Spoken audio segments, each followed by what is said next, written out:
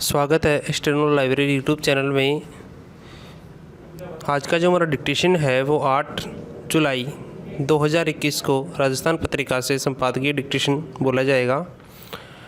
अपन dictations के लिए एक ऐप भी लॉन्च कर रहे हैं जिसमें आपको कठिन शब्द जो भी आपके होंगे वो आप सर्च कर सकते हैं। जल्दी ऐप को लॉन्च किया जाएगा, तो आपको डिस्क्रिप्शन में इसका लिंक मिल जाएगा, वहाँ से जाके आप डाउनलोड कर सकते हैं। जब भी ऐप लॉन्च होगा तो अपन उसके बारे में डिस्कस करेंगे। अभी कंटिन्यू करते हैं डिक्टेशन को। तो डिक्टेशन स्टार्ट करते हैं 3 सेकंड में।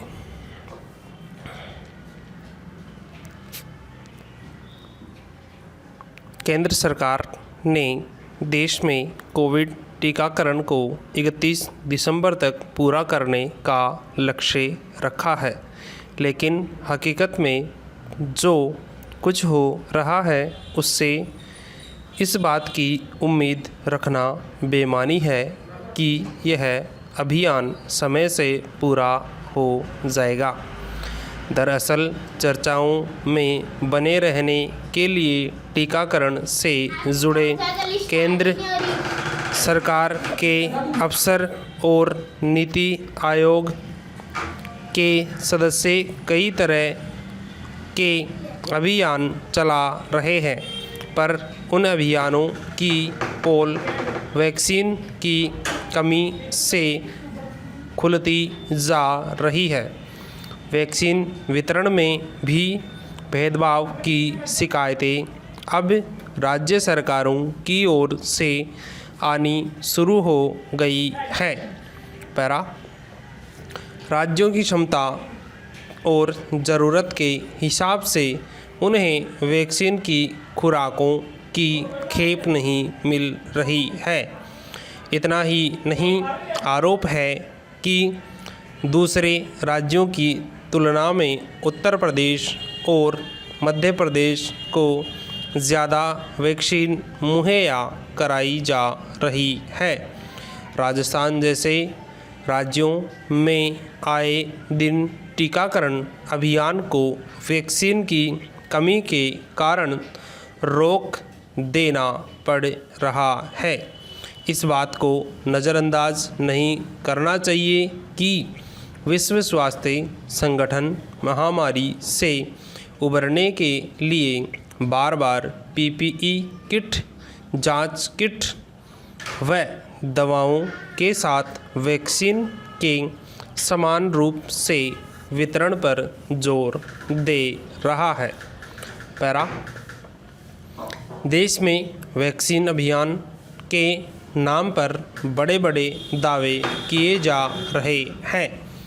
एक दावा यह है कि पहली डोज के तौर पर हमने करीब 20% आबादी को वैक्सीन दे दी है, लेकिन जब हम इसी संख्या को दूसरी डोज के साथ देखते हैं तो आंकड़ा महज 4% से करीब रह जाता है, जो कि दुनिया भर में दूसरे देशों के मुकाबले काफ़ी कम है। देश में एक और जबकि विशेषज्ञ कुछ ही महीनों में कोरोना की तीसरी लहर आने की आशंका व्यक्त कर रहे हैं, तब टीकाकरण की ओर यह सुस्त रफ्तार सभी को चिंतित करने वाली है। हालांकि इस कमी के पीछे भी जिम्मेदारों के अपने तर्क हैं, लेकिन सवाल यह है कि जब राज्यों ने क्षमता विकसित कर ली है तो फिर उसके लिए निर्बाध आपूर्ति को लेकर केंद्र सरकार की ओर से क्या प्रयास किए जा रहे हैं। पैरा कोवैक्सीन के उत्पादन को बढ़ाने के लिए अन्य यूनिट अभी तक शुरू नहीं हो पाई है।